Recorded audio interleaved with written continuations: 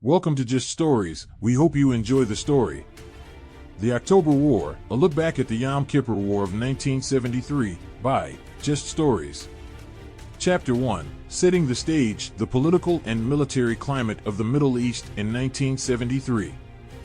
Welcome to the first chapter of the October War, a look back at the Yom Kippur War of 1973. In this chapter, we will provide essential background information on the political and military tensions between Israel and its Arab neighbors leading up to the Yom Kippur War. By understanding the events that preceded the conflict, we can gain a deeper appreciation of the significance of the war itself and its impact on the region. To fully grasp the tensions that led to the Yom Kippur War, we need to go back several years. The 1967 Six-Day War was a significant event in the history of the Middle East, as it marked a decisive victory for Israel over its Arab neighbors, including Egypt, Jordan, and Syria. As a result of the war, Israel gained control of the Sinai Peninsula, the Gaza Strip, the West Bank, East Jerusalem, and the Golan Heights. This territorial gain would prove to be a significant point of contention between Israel and its Arab neighbors in the years to come. The aftermath of the Six-Day War also saw the formation of the Palestinian Liberation Organization, which was established with the goal of liberating Palestine from Israeli control.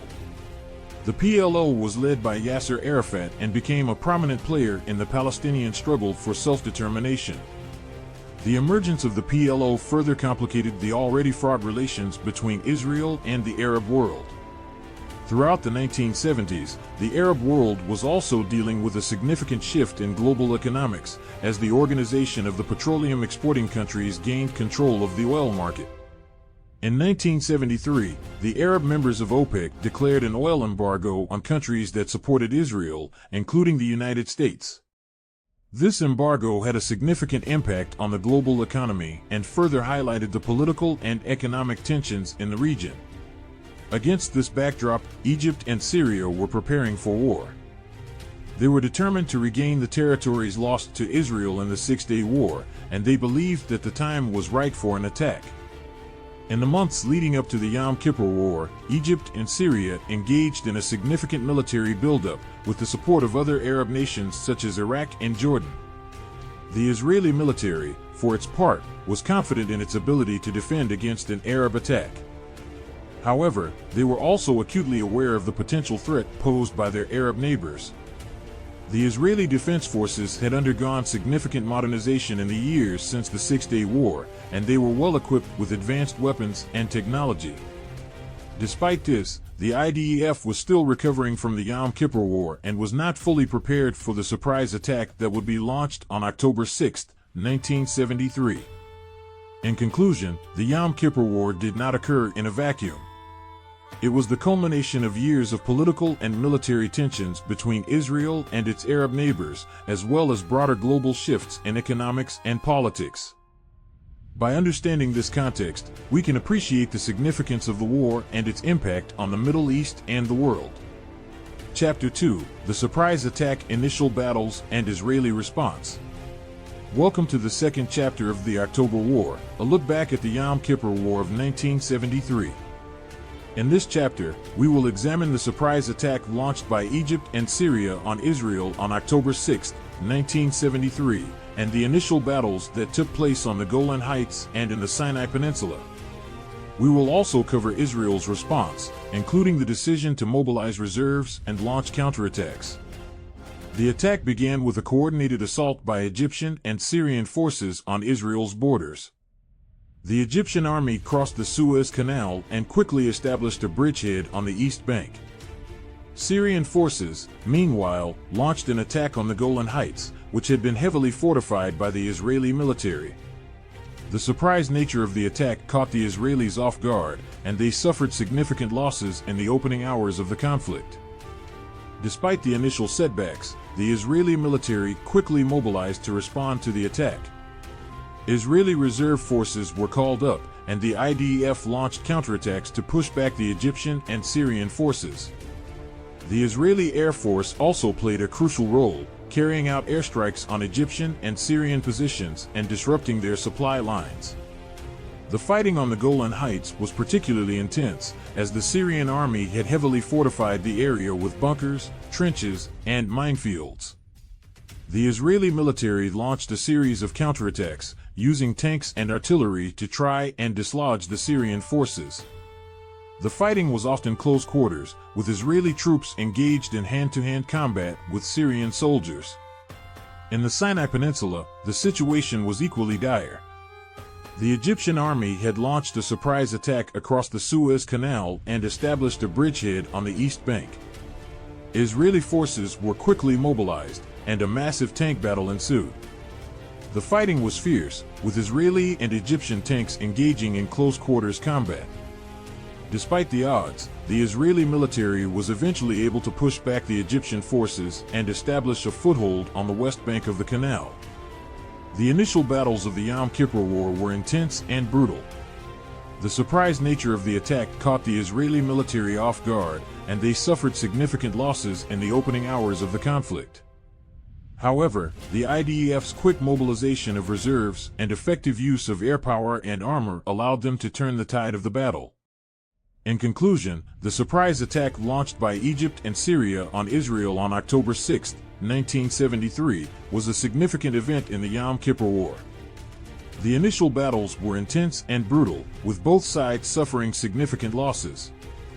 However, Israel's quick response and effective use of military force allowed them to gain the upper hand and begin pushing back against the Arab forces. The next chapter will explore the international response to the Yom Kippur War and the broader conflict that ensued. Chapter 3: The War Widens International Intervention and Broader Conflict. Welcome to the third chapter of the October War, a look back at the Yom Kippur War of 1973. In this chapter, we will explore the international response to the Yom Kippur War, including the involvement of the United States and Soviet Union. We will also cover the broader conflict that ensued, including the involvement of other Arab nations such as Jordan and Iraq. As the Yom Kippur War unfolded, the international community quickly became involved. The United States and Soviet Union, who had long been involved in the Middle East, were both deeply concerned about the conflict and its potential impact on global stability. Both nations sought to use their influence to resolve the conflict and limit its scope. The Soviet Union, which had significant military ties to Egypt and Syria, was quick to provide military aid to the Arab forces. The Soviet Union provided Egypt with air defense systems, tanks, and other weapons, while also providing Syria with air support and other military assistance. The United States, for its part, provided military aid to Israel, including aircraft and other weapons. As the conflict continued, other Arab nations also became involved. Jordan and Iraq both sent troops to support the Syrian army, while Saudi Arabia and other Gulf states provided financial support to Egypt. The involvement of these nations further escalated the conflict and made it more difficult to resolve. The United Nations also became involved in the conflict, with the Security Council passing Resolution 338 on October 22, 1973, calling for an immediate ceasefire and the start of peace negotiations. The resolution was accepted by both Israel and Egypt, leading to the beginning of peace talks in Geneva in December 1973. Despite the ceasefire, the conflict continued in various forms. Guerrilla warfare broke out in the Golan Heights, and sporadic fighting continued in the Sinai Peninsula. The involvement of other Arab nations also made it difficult to reach a comprehensive peace agreement. In conclusion, the Yom Kippur War quickly became an international conflict, with the United States and Soviet Union becoming involved and other Arab nations joining the fight. The involvement of these nations further complicated the conflict and made it more difficult to resolve. While the ceasefire led to the beginning of peace talks, the fighting continued in various forms, highlighting the challenges of achieving lasting peace in the region. The next chapter will explore the turning points and final battles of the Yom Kippur War. Chapter 4: Turning Points and Final Battles, the Outcome of the Yom Kippur War. Welcome to the fourth chapter of the October War, a look back at the Yom Kippur War of 1973. In this chapter, we will cover key turning points in the war, such as Israel's crossing of the Suez Canal and the eventual ceasefire negotiated by the United Nations. We will also explore the outcome of the war, including its impact on the region and the implications for future conflicts. One of the key turning points in the war was Israel's crossing of the Suez Canal. After suffering significant losses in the initial days of the conflict, Israel launched a surprise attack across the canal on October 16, 1973.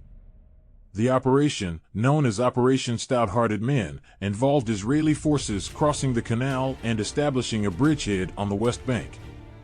The operation was a success, and the Israeli military was able to cut off Egyptian supply lines and begin pushing the Egyptian army back towards the canal.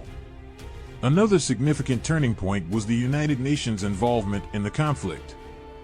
The UN Security Council passed Resolution 338 on October 22, 1973, calling for an immediate ceasefire and the start of peace negotiations.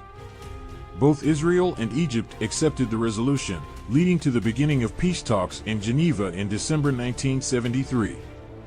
The ceasefire effectively ended the war, and while sporadic fighting continued, it marked a significant shift in the conflict.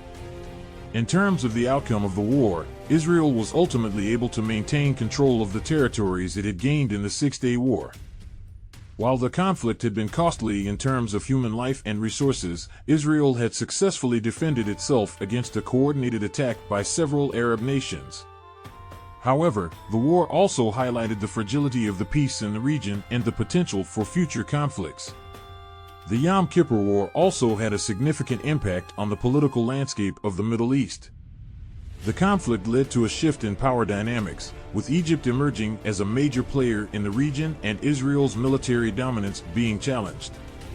The war also highlighted the role of external powers, such as the United States and Soviet Union, in shaping the conflict and the potential for their involvement in future conflicts. In conclusion, the Yom Kippur War was a significant event in the history of the Middle East. The war had several turning points, including Israel's crossing of the Suez Canal and the United Nations' involvement in the conflict. The outcome of the war saw Israel maintaining control of the territories it had gained in the Six-Day War, but it also highlighted the fragility of peace in the region and the potential for future conflicts. The next chapter will explore the legacy of the Yom Kippur War and the lessons learned from the conflict. Chapter 5, Legacy and Lessons Learned: The Yom Kippur War's Impact on the Middle East. Welcome to the fifth and final chapter of the October War, a look back at the Yom Kippur War of 1973.